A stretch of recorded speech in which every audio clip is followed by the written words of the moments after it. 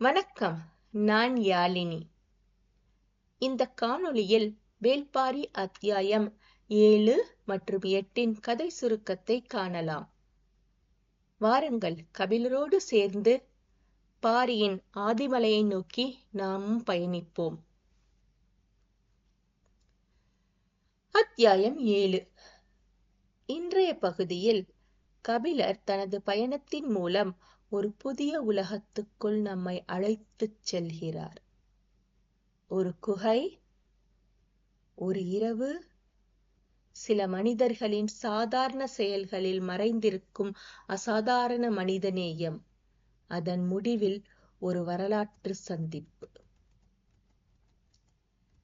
மலையின் மேற்கு பகுதியில் இருந்த அந்த பெரிய குகை அந்த இரவில் உயிரோட்டமாக இருந்தது. பல்வேறு ஊர்களிலிருந்தும் வந்திருந்தவர்கள் தாங்கள் பயணச்சோர்வை மறந்து ஒன்றாக கூடியிருந்தனர். அவர்கள் கொண்டு வந்த உணவுகள் பகிரப்பட்டன. அந்த உணவில் இருந்த சுவை வெறும் சுவை அல்ல, அது அவர்கள் கடந்த பாதையின் கஷ்டத்தையும் எடுத்துச் சொன்னது.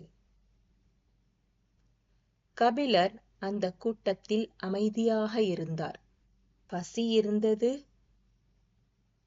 சோர்வும் இருந்தது. ஆனாலும் அவர் பார்த்து கொண்டிருந்தது மனிதர்களை.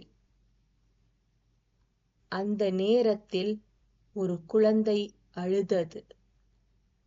அந்த குழந்தையின் தாய் தன் கையில் இருந்த கடைசி உணவை பற்றி யோசிக்கவில்லை. அருகில் இருந்த மனிதரிடம் அப்படியே கொடுத்துவிட்டு அந்த குழந்தையை நோக்கி ஓடினாள். அந்த ஒரு கணத்தில் அவளுக்கு தன் பசி அறியவில்லை, தன் குழந்தையின் பசி மட்டுமே முக்கியமாக இருந்தது. வேறு எதுவும் அவளது கவனத்தில் கொள்ளவில்லை. அவள் ஓடிச் சென்று குழந்தையை அணைத்து அதை முதலில் அமைதிப்படுத்தினாள். அந்த ஒரு நொடி கபிலருக்கு பெரிய உண்மையை சொன்னது. பின்னர் அவள் திரும்பி வந்தபோது தன்னிடம் உணவு இல்லை என்பதை உணர்ந்தாள். அப்போது கபிலர் தன் கையிலிருந்த உணவை அவளுக்கு கொடுத்தார். அது ஒரு சாதாரண செயல் அல்ல, அது ஒரு புரிதல், ஒரு தாயின் தியாகத்தை உணர்ந்த ஒரு மனம். அந்த இரவு குகையின் உள்ளே உணவு மட்டுமல்ல, மனித நேயமும் பகிரப்பட்டது. இரவு ஆழமானது. கபிலருக்கு தூக்கம் வரவில்லை. அவர் நீலனுடன் சேர்ந்து தண்ணீர் தேடி சென்றார். அப்போது அவர் ஒரு விசித்திரமான அனுபவத்தை பகிர்ந்தார். மரங்களில் ஏதோ தாவுவது போல தோன்றியது. ஒரு நொடியில் இறக்கைகளை விரித்து பறந்தது. அது ஒரு சாதாரண பறவை அல்ல, அதை பார்த்தவர்கள் மிகச்சிலர் மட்டுமே. காடு நாம் அறியாத பல கதைகளை தன்னுள் வைத்திருக்கிறது.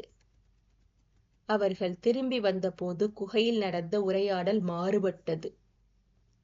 பழையன் மற்றும் கூழையன் பேசிக் கொண்டிருந்தனர். அந்த உரையாடலில் அமைதி இல்லை, அதில் அச்சம் இருந்தது. மூவேந்தர்கள் திட்டமிடுகிறார்கள். எல்லைகளில் புதிய மனிதர்கள், வணிகர்களின் இயல்பில் மாற்றம், இவையெல்லாம் ஒன்றை சுட்டிக்காட்டுகின்றன. ஏதோ ஒன்று வர இருக்கின்றது. கூழையன் கபிலரை பற்றியும் சந்தேகித்தான். இவ்வளவு கஷ்டமான பயணத்தை ஒரு எழுத்தறிவு கொண்டவன் ஏன் தனியாக செய்கிறான்? ஆனால் பழையன் மாறுபட்டார். அவருக்கு மனிதர்களை நம்பும் பழக்கம் இருந்தது. முகத்தையும் மனதையும் பார்த்து உணர்கிற நம்பிக்கை. அடுத்த நாள் காலை கபிலர் கண் விழித்தார். குகை அமைதியாக இருந்தது. சூரிய ஒளி மெதுவாக உள்ளே வந்தது. அப்போது ஒரு மனிதன் உயரமாக, வலிமையாக, அமைதியாக கபிலரை நெருங்கி வந்தார். அவரின் குரல் உறுதியானது. இவ்வளவு துன்பத்தை தாங்கி வந்திருக்கிறீர்களே, இனிமேல் நான் உதவட்டுமா என்று கபிலரை நோக்கி கேட்டார் அந்த புதிய மனிதர்.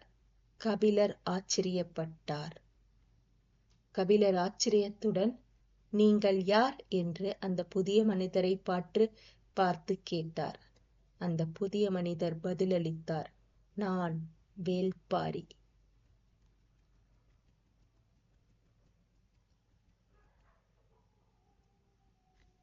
இந்த அத்தியாயம் நமக்கு என்ன சொல்கிறது? மனிதநேயம், இயற்கையின் மர்மம், அரசியல் அச்சம் மற்றும் ஒரு பெரிய சந்திப்பு.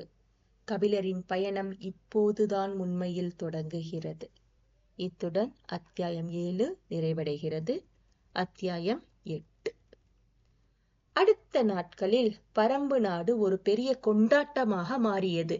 காடு முழுவதும் மகிழ்ச்சி பரவியது. ஆனால் அந்த மகிழ்ச்சிக்குள் ஒரு ஆழமான உணர்வு இருந்தது. அது அன்பின் வெளிப்பாடு. கபிலரின் வருகை ஒரு சாதாரண நிகழ்வு அல்ல, அது நாட்டின் பெருமையாக மாறியது.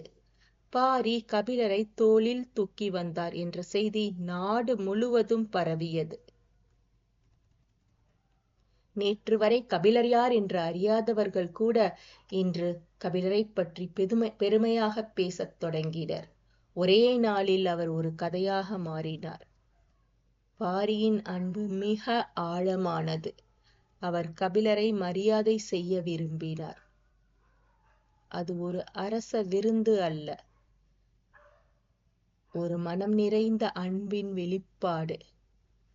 வேட்டைகள் நடத்தப்பட்டன. அன்றைய உணவு அந்த வேட்டையின் பலனை பொறுத்தது. இசை, ஆட்டம், உணவு இவை அனைத்தும் இயற்கையாக ஒன்றோடு ஒன்று கலந்தன. ஆனால் பாரிக்கு ஒரு தனி ஆசை இருந்தது. 60ஆம் கோழி, அரியதும் எளிதில் கிடைக்காததும். அதை கபிலருக்காக வழங்க வேண்டும் என்ற விருப்பம் அவரை விடவில்லை. இந்த ஆசை பாரியின் ஆசை மட்டும் இல்லை, அது நாட்டின் ஆசையாக மாறியது. மக்கள் அனைவரும் காட்டுக்குள் தேடத் தொடங்கினர். அது எவ்வளவு கடினம் என்பதை அறிந்திருந்தாலும் யாரும் பின்னடையவில்லை. அன்பு அவர்களை முன்னேற்றியது. இதையெல்லாம் கபிலர் அமைதியாக கவனித்தார். அவர் பல அரசர்களின் ஆடம்பரங்களை பார்த்தவர். ஆனால் இங்கு நடந்தது வேறு. இங்கு அதிகாரம் இல்லை, ஆடம்பரம் இல்லை. மனிதன் அன்பின் தூய வடிவம் மட்டுமே இருந்தது. அந்த அன்பு அவரை உள்ளுக்குள் கலங்க வைத்தது. அவர் முதலில் வந்தபோது இருந்த சந்தேகங்கள் இப்போது அவரை வாட்டின. நான் இதற்கு தகுதியானவனா என்ற கேள்வி அவரது மனதில் எழுந்தது. 60ஆம் கோழி இன்னும் கிடைக்கவில்லை.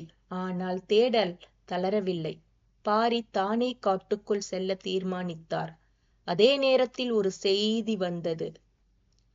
மற்றொரு நாட்டின் அமைச்சர் அவரை சந்திக்க வந்துள்ளார். இந்த அத்தியாயம் இந்த மாற்றத்தின் முன் வாசலில் நிற்கின்றது. அன்பு உச்சியை எட்டியுள்ளது. ஆனால் இப்போது நிகழப்போவது என்ன?